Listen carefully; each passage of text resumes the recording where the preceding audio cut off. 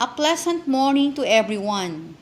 I am Cheryl Barredo, a faculty of College of Liberal Arts, Western Mindanao State University, Zamboanga City. This morning, I am going to present my study titled Remedial Lessons in Addressing Common Errors in Writing Composition in Filipino among Grade 4 pupils. For the background of the study, as we all know that communication is the most important activity among people. It is an essential tool in expressing one's thoughts, feelings, experiences, and observations. Among the four macro skills, speaking and writing are the productive skills which are the most needed for an individual to become effective in communication. Writing is a systematic way of expressing ideas and feelings, and it requires choosing and arranging ideas to fit the purpose of the writing act.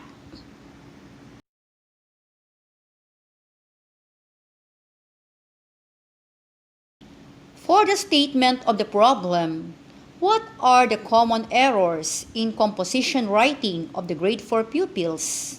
Second, what are the effective strategies or remedial measures used to improve the writing skills of the grade 4 pupils in terms of use of the writing process, strategy, composition model, use of contextual clues, and sentence combining approach? What are the changes achieved in writing composition in Filipino after using the remedial lesson strategies to grade 4 pupils? Concerning about the scope and limitation of study, this study was delimited to the remedial lessons used to lessen the common errors in composition writing in Filipino. The remedial lessons or strategies include writing process, composition model strategy, sentence combining approach, and use of context clue strategy. This study was conducted among grade 4 pupils for school year 2013-2014.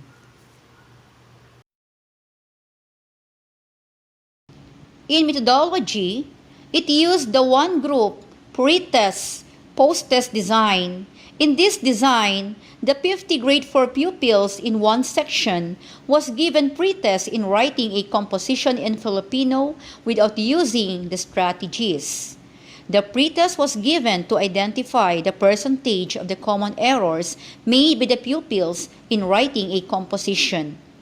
After the intervention, the post-test was given to investigate the common errors and the effectiveness of the strategies used in writing the composition in Filipino. Frequency and percentage. These statistics were employed to determine the common errors in composition writing of the grade 4 pupils. These were also used to determine which strategies are effective in improving the writing skills of the grade 4 pupils. Likewise, these were used to determine the changes achieved in writing composition in Filipino after using the remedial lessons to grade 4 pupils. The intact group design was used to select the subjects.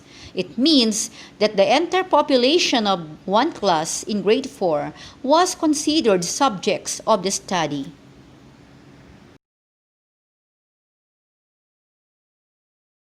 Table 1 shows the number and percentage of grade 4 pupils who participated in the study.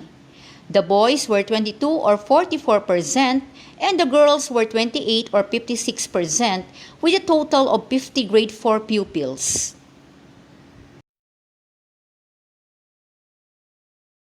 For the result of the study, Table 2 shows the common errors in composition writing of the grade 4 pupils as the initial result without applying the strategies.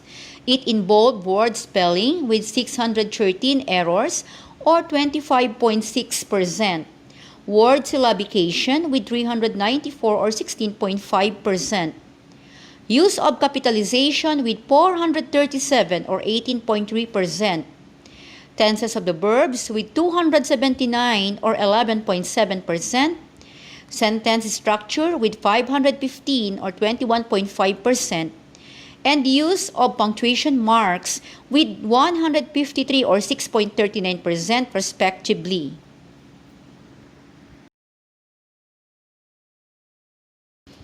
To be able to lessen the errors in composition writing, the following strategies were used. 1. Writing process strategy. In this strategy, the pupils were taught writing a composition following the process or steps in writing, which involve writing a draft, focusing, reviewing, structuring, generating ideas, and evaluating. Second, model composition approach. In this strategy, the teacher prepared a model of composition with correct format, which serves as a guide to the pupils, which include indentions, spacing, appropriate margins, and the correct placement of the title of composition. The third one is the sentence combining approach. In this strategy, the teacher will present pictures to generate ideas about the composition that they are going to write. Then, the teacher will motivate the pupils to write phrases and sentences about the pictures. Afterwards, they will be asked to combine the phrases and sentences to form a paragraph of their composition. And the last one is the use of contextual clues. In this strategy, the pupil will be given drills like word spelling, word meaning, and vocabulary test. Then they will be asked to use their collection of words in a simple sentence, compound sentences, and complex sentences. Then they will be asked to make a paragraph out of the sentences that they have formulated.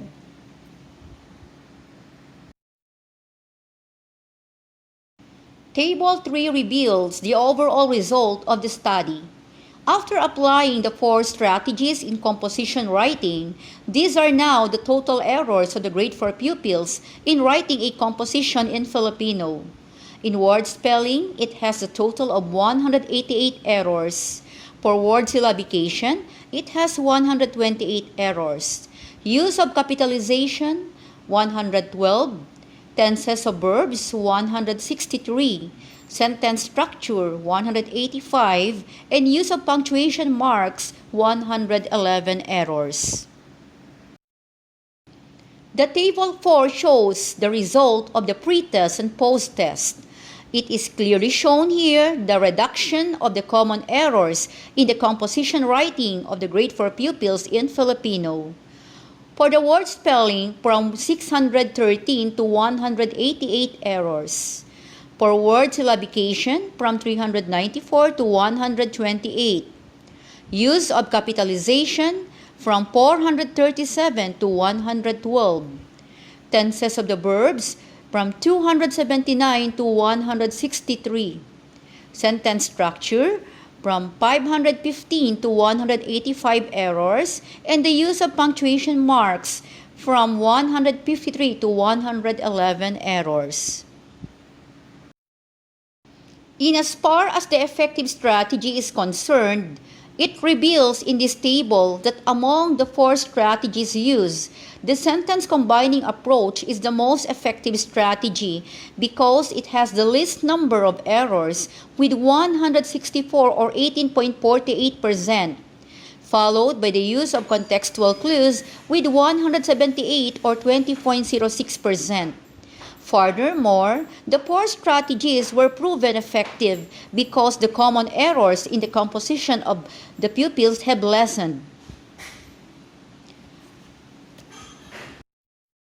In the third problem, what are the changes achieved in writing composition in Filipino among grade 4 pupils after using the remedial measures? The grade 4 pupils learned to write a composition in Filipino. They learned the techniques on how to avoid common errors in writing composition in Filipino. Based on the findings, the conclusions were formulated. The grade 4 pupils are not careful in tenses of verb, sentence structure, and spelling of words in writing composition. The sentence combining approach helps grade 4 pupils to lessen their errors in writing composition in Filipino. The grade 4 pupils have improved in their writing skills in Filipino composition. For the recommendations, the Filipino teachers may recommend sentence combining approach to use as a remedial measure or intervention to improve writing composition in Filipino among grade 4 pupils. Filipino teachers may teach Filipino concepts that will address the common errors of students in writing composition in Filipino. Similar studies may be conducted to validate the findings of the present investigation. These are the following references. Thank you so much for listening and have a nice day.